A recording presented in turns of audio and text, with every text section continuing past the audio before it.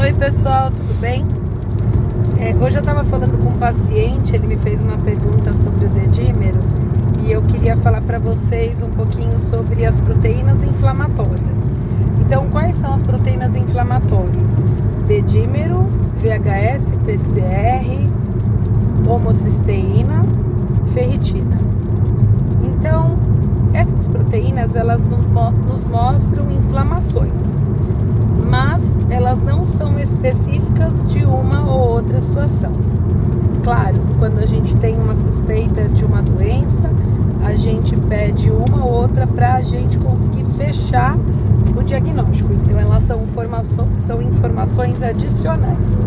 Por exemplo, a homocisteína. A homocisteína, ela está presente em algumas situações inflamatórias, em casos de trombofilia, deficiências de ácido fólico e vitamina B12. Já o dedímero, ele é muito usado quando a gente tem uma suspeita de eventos tromboembólicos, como trombose e embolia pulmonar. No controle, eu não gosto muito de pedir, porque muita coisa pode falsear o dedímero. Então, por exemplo, uma atividade física intensa, se você tem um quadro inflamatório, infeccioso, se você fez muita atividade física. Então, nessas situações eu não gosto muito de pedir o dedímero, apesar da gente orientar o paciente como que ele tem que fazer a coleta desse exame. Ficar 15 dias sem beber, sem estar doente, sem ter feito atividade física intensa. Já o VHS e o PCR, eles são extremamente sensíveis, mas pouco específicos. Por exemplo, no caso de qualquer infecção, o PCR e o VHS vão aumentar. Mas, quando você tem aquela situação em que você está com um paciente internado, um paciente séptico, que você precisa avaliar grau de infecção, se está melhorando com aquele antibiótico ou não, associado ao hemograma, você pode pedir o PCR e o VHS. Sempre, quanto mais informação do paciente, principalmente aquele paciente internado, às vezes em quadro grave na UTI, paciente séptico, entubado, esses parâmetros eles são muito importantes. E também, logicamente, para você controlar a infecção ambulatorial.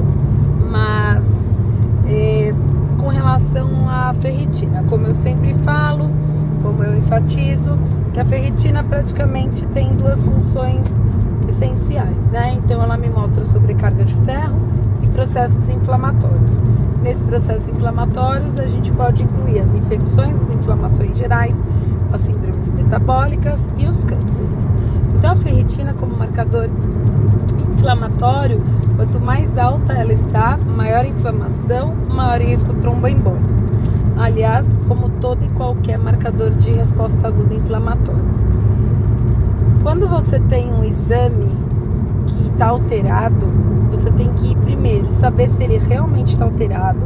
Então, o que você pede? Uma nova coleta, às vezes em outro laboratório, em outro contexto, deixando o paciente menos inflamado possível, com menos medicação possível, com menos interferência externa. Então, eu sempre gosto de pedir que meus pacientes façam os exames 15 dias sem beber, sem ter nenhuma doença, sem infecção, inflamação, sem fazer uso de bebida alcoólica.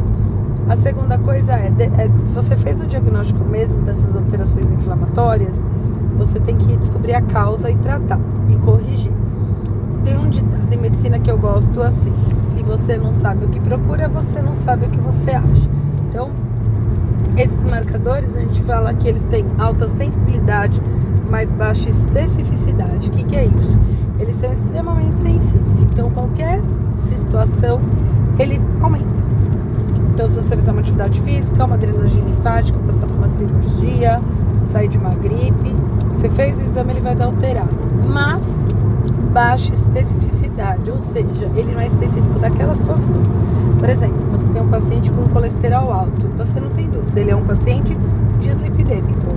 Agora, quando você tem um paciente que tem um VHS, um PCR, uma homocisteína, dedímero, ferritina alta, você vai investigar possíveis causas. Então, não é que é só trombose, ou só infecção, ou só inflamação, ou só doença autoimune. Não, você tem que ter um contexto geral. Todo paciente, eu sempre falo, o paciente tem que ser visto no contexto. O paciente não é hemograma, o paciente é um contexto.